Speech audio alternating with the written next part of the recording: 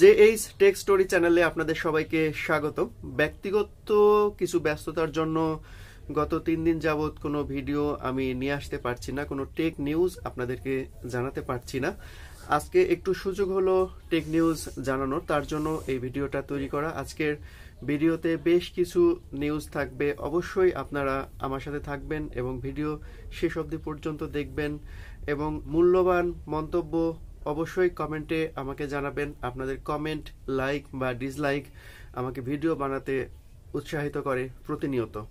আমরা সবাই জানি যে বাংলাদেশ সরকার ইম্পোর্টেড স্মার্টফোনের ক্ষেত্রে 57% ভ্যাট ধারণ করেছে, যার ফলে অন্যান্য কোম্পানিগুলো বা বাইরের কোম্পানিগুলো বাংলাদেশে কারখানা স্থাপন করতে উৎসাহিত হয়েছে এবং এখন পর্যন্ত মোট 9টি কোম্পানি বাংলাদেশে কারখানা স্থাপন করেছে, যার মধ্যে Samsung, Realme, Oppo, Walton, Symphony, 5 star, itel সহ ইনফিনিক্স সহ আরো অনেক কোম্পানি আছে যারা বাংলাদেশে কারখানা স্থাপন করেছে এবং যার ফলে কি হয়েছে, বাংলাদেশে স্মার্টফোনের দাম কিছুটা কমেছে আগের চেয়ে এবং অনেকগুলো কোম্পানি যেমন নোকিয়া, শাওমি, হুয়াওয়ে, আইফোন এই সমস্ত কোম্পানিগুলো বাংলাদেশে এখনো কারখানা স্থাপন করেনি, যার ফলে সেই স্মার্টফোনগুলোর দাম তুলনামূলকভাবে এখন পর্যন্ত আমাদের দেশে একটু বেশি আছে।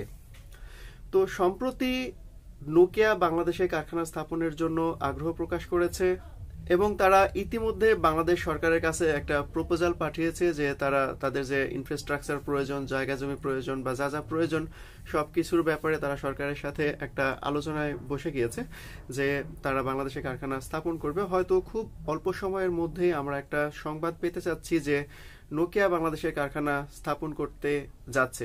এর মধ্যেই কিন্তু আমাদের বাংলাদেশের যতটুকু মোবাইলের চাহিদা তার 82% দেশ থেকে উৎপাদিত হয় আর বাকি 18% দেশের বাইরে থেকে ইম্পোর্ট করা হয়ে থাকে।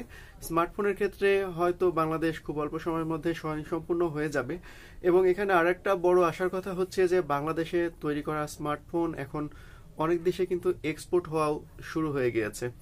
যদি সব কোম্পানিগুলো, বড় কোম্পানিগুলো আসতে থাকে তাহলে অদূর ভবিষ্যতে বাংলাদেশ থেকে মেড ইন বাংলাদেশ ট্যাগযুক্ত স্মার্টফোন বিদেশে রপ্তানি করা খুব বেশি যে দূরের সময় সেটা আর অপেক্ষা করতে হচ্ছে না আমাদেরকে। জনপ্রিয় সোশ্যাল সাইট ফেসবুক ব্যবহার করেন না এমন মানুষ অন্তত আমার ভিডিও এখন পর্যন্ত যারা দেখছেন মনে হয় না কেউ আছেন। সবাই ইউজ করেন ফেসবুক।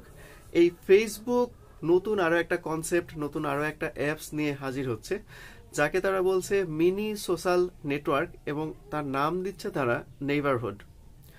এবং প্রযুক্তি বিষয়ক ওয়েবসাইট দ্য ভার্স জানাচ্ছে যে এই অ্যাপসের মাধ্যমে, নতুন ফেসবুকের মাধ্যমে একটা অঞ্চলের ক্ষুদ্র একটা এরিয়া নিয়ে কাজ করবে এই অ্যাপসটা। এই এরিয়ার প্রতিবেশীদের নিয়ে কাজ করবে। ধরেন একই ফ্ল্যাটে আপনারা আছেন, একই পাড়ায় বসবাস করছেন, কিন্তু একজন আরেকজনকে চেনেন না বা ওই সমস্ত মানুষের সাথে আপনার কোনো কমিউনিকেশন নেই। এই সমস্ত মানুষের সাথে যোগাযোগ করার জন্য মূলত সফটওয়্যার ডেভেলপ করছে ফেসবুক এবং ফেসবুক দাবি করছে যে এখানে তারা মনিটাইজেশন অপশনটা চালু রাখবে, যার ফলে ওই এলাকার অর্থাৎ লোকাল প্রোডাক্টের বিজ্ঞাপন ফেসবুকে খুব সহজে দেওয়া যাবে এবং ওই এলাকার মানুষজন একজন আরেকজনের সাথে খুব বেশি ক্লোজলি যোগাযোগ করতে পারবে সেই ফেসবুকের মাধ্যমে। এবং এখানে ফেসবুক আরো একটা জিনিস উল্লেখ করেছে যে বাইরে থেকে কোনো লোক সেখানে প্রবেশ করতে পারবে না, অর্থাৎ নির্দিষ্ট এলাকার জন্য শুধু নির্দিষ্ট এলাকার লোকজনই কেবল প্রবেশ করতে পারবে। যদি এরকম ঘটনা ঘটে তাহলে কেমন হবে, আপনার কাছে কেমন মনে হয়? আর এখন পর্যন্ত যারা আমার ভিডিওটা দেখছেন, ভালো বোধ করছেন, তারা অবশ্যই লাইক বাটন প্রেস করে দিবেন আর খারাপ লাগলে তো ডিসলাইক বাটন অবশ্যই আছে। সাথে যদি চ্যানেলটা সাবস্ক্রাইব করা না থাকে তাহলে অবশ্যই সাবস্ক্রাইব করে বেল আইকনটা বাজিয়ে দিবেন। হুয়াওয়ে এমনিতেই খুব খারাপ সিচুয়েশনের মধ্যে দিয়ে যাচ্ছে, এটা পুরনো খবর, কিন্তু এই হুয়াওয়ে এই খারাপ সিচুয়েশনের মধ্যে দিয়েও নতুন নতুন কিছু স্মার্টফোন, নতুন নতুন কিছু ইনোভেশন নিয়ে আমাদের সামনে হাজির হচ্ছে। হুয়াওয়ে আরো 3টি প্রিমিয়াম লেভেলের স্মার্টফোন, ফ্ল্যাগশিপ লেভেলের স্মার্টফোন নিয়ে আসার ঘোষণা দিয়েছে। হুয়াওয়ে মেট 40, হুয়াওয়ে মেট 40 প্রো, হুয়াওয়ে মেট 40 প্রো প্লাস, এই 3টি মডেলের স্মার্টফোন তারা নিয়ে আসার ঘোষণা দিয়েছে। স্মার্টফোন 3টিতে দুর্দান্ত কিছু স্পেসিফিকেশন থাকছে, দুর্দান্ত ক্যামেরা থাকছে এই ক্যামেরা স্পেসিফিকেশন সহ আমরা একটু ডিটেলস জেনে নেই কি কি থাকছে এবং কি কি না থাকছে। এই তিনটি ফোনেই থাকবে হুয়াইয়ের নিজস্ব প্রসেসর কিরিন 9000 প্রসেসর। এই প্রসেসরটা হুয়াইয়ের ফ্ল্যাগশিপ লেভেলের প্রসেসর এবং 5G প্রসেসর, এবং এখন পর্যন্ত যতটুকু জানা যাচ্ছে যে এই স্মার্টফোনের মাধ্যমে হুয়াইয়ের যে নিজস্ব কিরিন সিরিজের প্রসেসর ছিল তার স্টকটা শেষ হয়ে যাবে, কারণ কেউ আর হুয়াইকে চিপ সাপ্লাই দিচ্ছে না, উৎপাদন করে দিচ্ছে না, যার ফলে তাদের প্রসেসর উৎপাদনটা বন্ধ হয়ে যাবে। যা স্টকে ছিল সেগুলো দিয়েই মূলত হুয়াইয়ের স্মার্টফোনটা বাজারে নিয়ে আসবে। এবং এই ফোনগুলোতেও কিছু স্পেসিফিকেশন তারা দিচ্ছে, খুব দুর্দান্ত স্পেসিফিকেশন দিচ্ছে। স্পেশালি ক্যামেরার স্পেসিফিকেশনটা খুবই ভালো মানের ক্যামেরা তারা প্রদান করছে। তো চলুন দেখা যাক যে ক্যামেরা স্পেসিফিকেশনে কি কি আছে। হুয়াওয়ে মেট প্রো এই ফোনটাতে ব্যবহার করা হয়েছে 50 মেগাপিক্সেলের প্রাইমারি ক্যামেরা, 20 মেগাপিক্সেলের একটি আল্ট্রাওয়াইড সেন্সর এবং 8 মেগাপিক্সেলের একটি পেরিস্কোপিক জুম লেন্স, যা মূলত 5x অপটিক্যাল জুম করতে পারবে।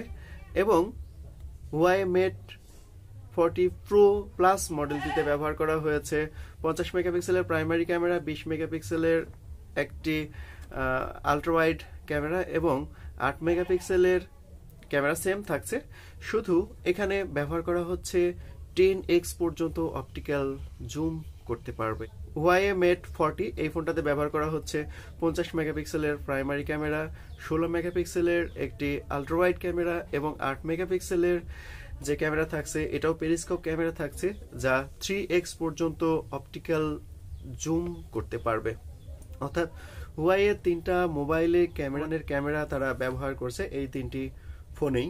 128GB ভার্সনের মেট 40 স্মার্টফোনটির ব্যবহার করা হয়েছে 4200 মিলিঅ্যাম্পিয়ারের ব্যাটারি, এবং হুয়াওয়ে মেট 40 প্লাস স্মার্টফোনটিতে ব্যবহার করা হচ্ছে 12256 অর্থাৎ 12GB র্যাম এবং 256GB রম, এবং ব্যাটারি হিসেবে থাকছে 4400 মিলিঅ্যাম্পিয়ারের একটি বিশাল ব্যাটারি।